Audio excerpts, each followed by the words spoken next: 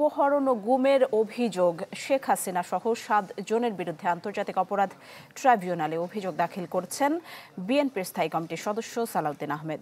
সকালে ট্রাইব্যুনালে যান তিনি, লিখিত অভিযোগ জমা দেন চিফ প্রসিকিউটরের কাছে।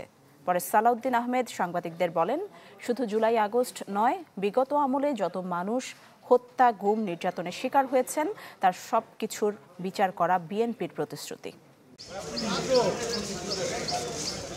2015 সালের 10 মার্চ রাজধানীর উত্তরা থেকে নিখোঁজ হন বিএনপি নেতা সালাউদ্দিন আহমেদ। 62 দিন পর একই বছরের 11 মে ভারতের মেঘালয়ের শিলংয়ে স্থানীয় পুলিশ তাকে উদ্ধার করে।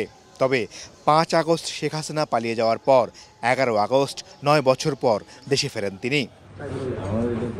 কিন্তু দেশে ফেরার 9 মাস 23 দিন পর সেই গুমের অভিযোগ মঙ্গলবার ট্রাইব্যুনালে দাখিল করলেন সালাউদ্দিন আহমেদ।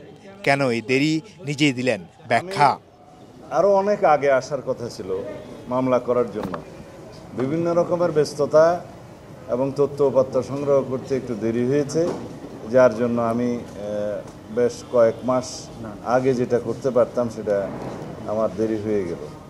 এদিন শেখ হাসিনাকে প্রধান আসামি করে আসাদুজ্জামান খান কামাল, বেনজির আহমেদ, সাবেক আইজিপি শহীদুল সহ 7 জনকে নিজের গুমের জন্য আসামি করেন এই বিএনপি নেতা।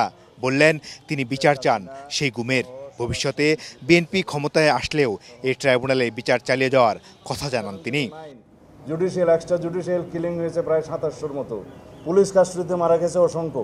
এইভাবে যারা নির্যাতিত হয়েছে, যারা নির্বাসিত হয়েছে, যারা কারাবাসে গিয়েছে, যারা অন্ধত্ব বরণ করেছে, চিরতর অপঙ্গত্ব বরণ করেছে, শিকার হয়েছে হত্যাকাণ্ডের, এগুলো সবগুলোর বিচার করা হবে ইনশাআল্লাহ।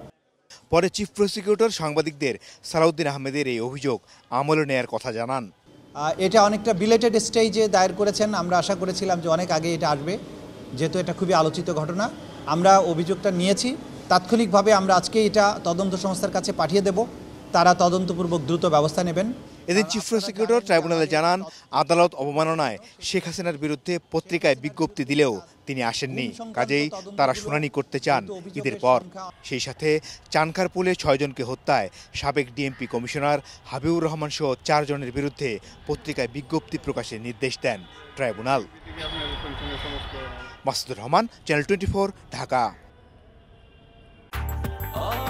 ব্রেকফাস্ট, টিফিন কিংবা স্ন্যাক টাইমে মজাদার আয়োজন মানে অল টাইম ব্রেড।